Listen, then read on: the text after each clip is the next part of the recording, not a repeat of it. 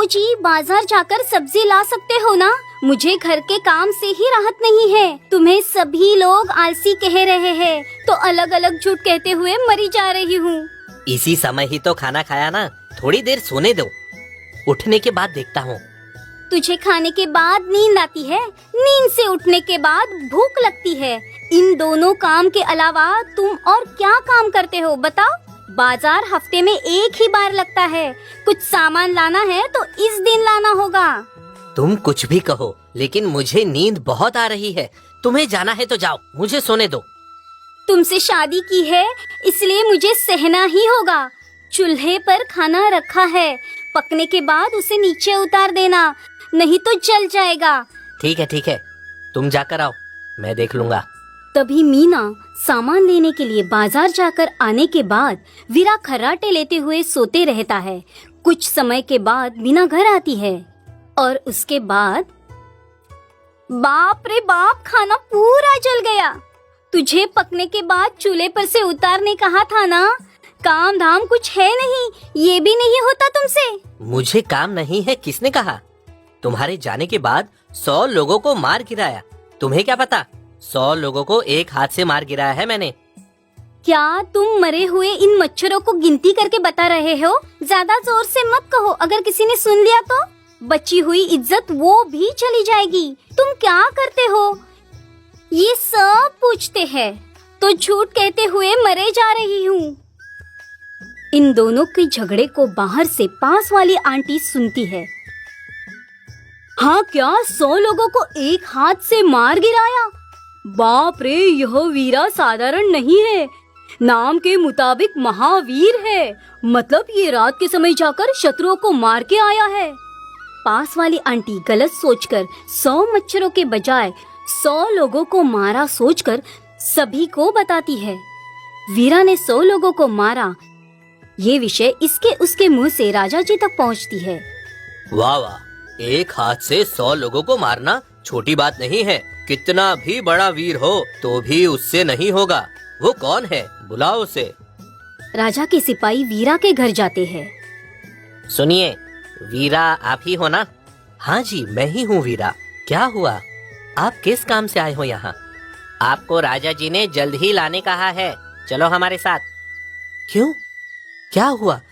मुझसे कोई गलती हुई है क्या? वो सब हमें नहीं पता, आप जल्द ही हमारे साथ चलिए। ठीक है, अंदर मेरी पत्नी को बताकर आता हूँ, आप यहीं रुकिए, ठीक है? सुनो, मुझे राजा जी ने बुलाया है, जाकर आता हूँ।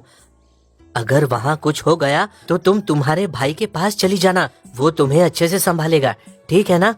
ऐसा वैसा कुछ नहीं होगा, लेकिन राजा जी के पास कुछ काम मिलेगा तो देख कर आइए। तभी राजा जी के सिपाहियों के साथ जाते हुए, आप बहुत ही पराक्रमी हो, 100 लोगों को एक हाथ से मार गिराया ना? ये पागल हो गया है, मैंने कब 100 लोगों को मार गिराया? 100 चींटियों को अभी तक नहीं मारा है मैंने। असल में क्या बात है जानते हैं? क्या हुआ? पूछे हुए सवाल का जवाब नहीं दिया। वो सब ठीक है, लेकिन तुम्हें ये बात किसने बताई? ये तो पूरे राज्य में पता है, आपके वीरता के बारे में बात कर रहे हैं सब। आपने इतनी वीरता होकर भी आपको कुछ पता नहीं, ऐसा क्यों बता रहे हो? आपका बड़प्पन है ये। अरे इसे क्या पता, मैंने तो मच्छरों को भी मारा नहीं अभी तक। ये क्या 100 लोगों को मारा है जैसी बात कर रहा है? कहीं तो कुछ गलत हुआ है, मुझे संभल कर रहना होगा। उस तरह सिपाहियों के द्वारा विषय को जानकर वीरा आए हुए सिपाहियों के साथ मिलकर राजा जी के पास जाता है। महाराजा, आपने जिस वीर को लाने को कहा था वो यही है, वीरा। वाह वाह, नाम में ही वीरता है। तुम्हारे बारे में पूरे राज्य को बात करते हुए सुना। 100 लोगों को एक ही हाथ से मारा, मतलब आप साधारण मनुष्य नहीं हो। आप जैसे लोगों की राज्य को जरूरत है। इसमें मेरा क्या है महाराजा? ये देखो, पराक्रमी लोगों के बारे में, उनके कार्य के विषय में बात करोगे तो वो स्वीकार नहीं करते। सुनो, मेरी एक छोटी सी अर्जी है। हमारे राज्य को आपकी जरूरत होगी तो मैं आपको उस समय बुलाऊंगा। उसमें क्या है महाराजा, आप जब भी बुलाओगे उसी समय आ जाऊंगा। तो फिर आपको ये हमारी छोटी सी भेंट स्वीकार करनी होगी। उस भेंट को लेकर वीरा घर जाता है।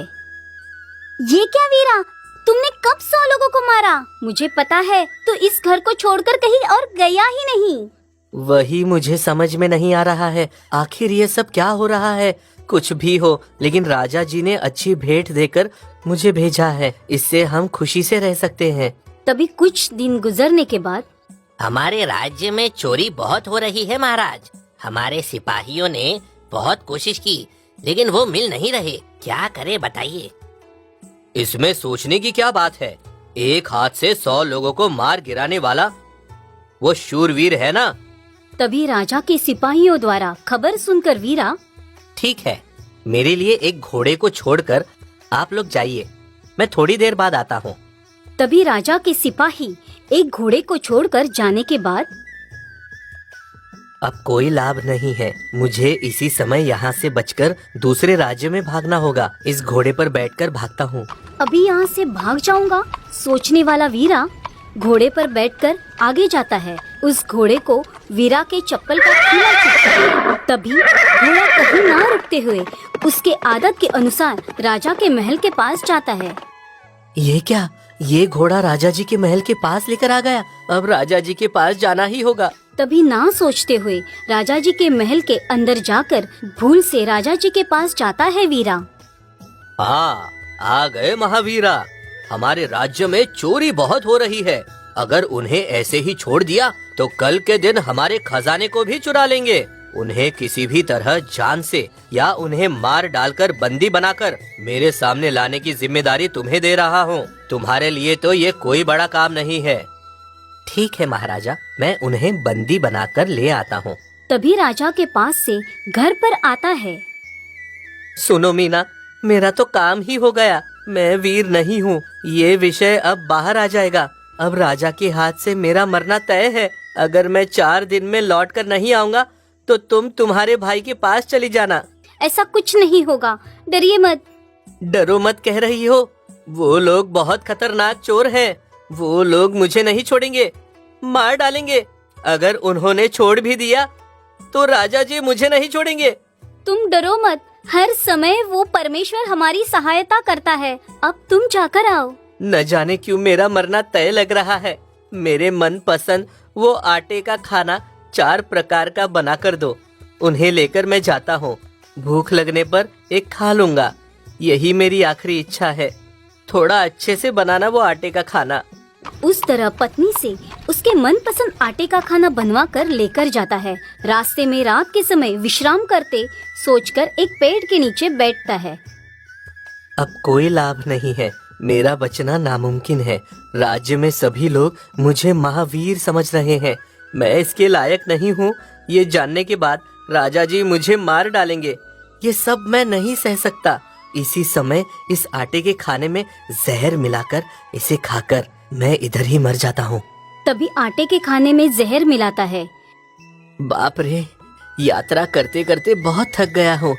बहुत नींद आ रही है। आखिरी बार अच्छे से सोता हूँ। उठने के बाद बहुत भूख लगेगी ना, तभी यह आटे का खाना खाकर मर जाऊंगा। अब सोता हूँ।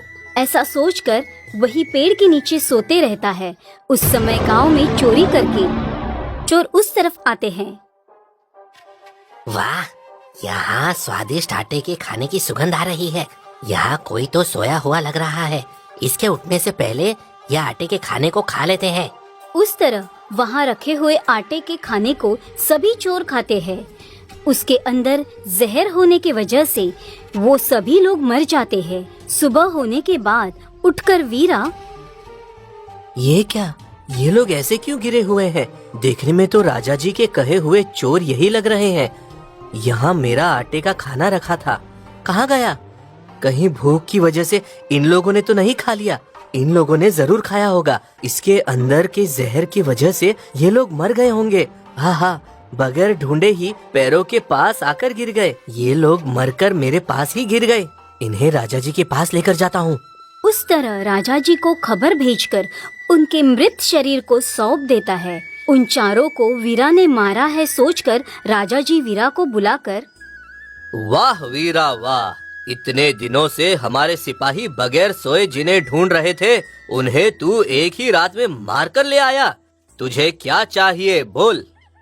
उस तरह राजा से भेंट लेकर घर पर आता है और कहता है, देखा तुमने मीना, मुझे राजा जी कितना सम्मान दे रहे हैं। बहुत सारे भेंट देकर मेरा सम्मान किया। इस राज्य में मेरे जैसा वीर नहीं है, ऐसा सबसे कह रहे थे। मुझे ये सुनकर बहुत गर्व महसूस हुआ।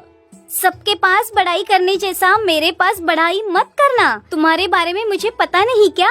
जोर से बात मत करो, अगर किसी ने सुन लिया तो फिर मेरा मरना तय है। कब सच्चाई पता चलेगी सोचकर डरते हुए मरे जा रहा हूँ। तुमने जो आटे का खाना बनाकर दिया था उसमें जहर मिलाकर मरने का सोचा था, लेकिन उसी समय नींद की वजह से सो गया। सोकर उठने के बाद देखा तो वो सभी चोर उसे खाकर मर गए। ठीक है, इस समय तो इन पैसों से अच्छा खेत खरीदकर व्यवसाय करिए, इसी में भलाई है।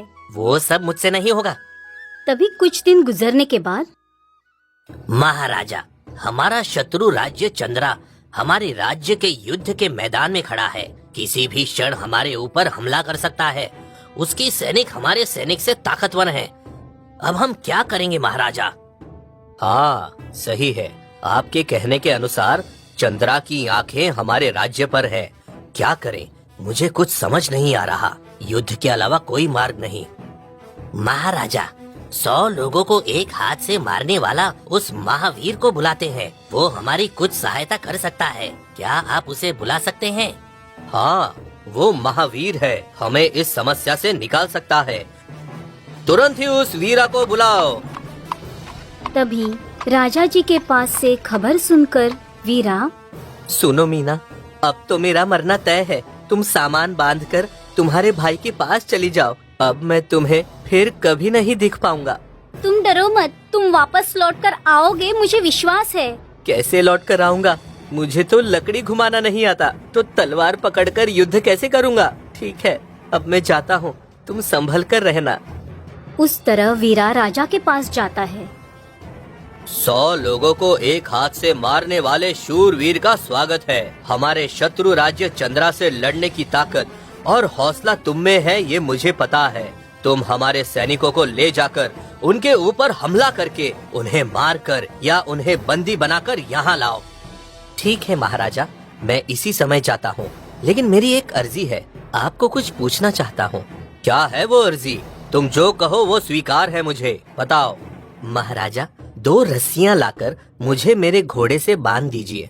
अगर मैं युद्ध में थक भी जाऊं तो घोड़े से उतरे बगैर दुश्मन के ऊपर हमला करते हुए मिट्टी में मिला दूंगा उन्हें।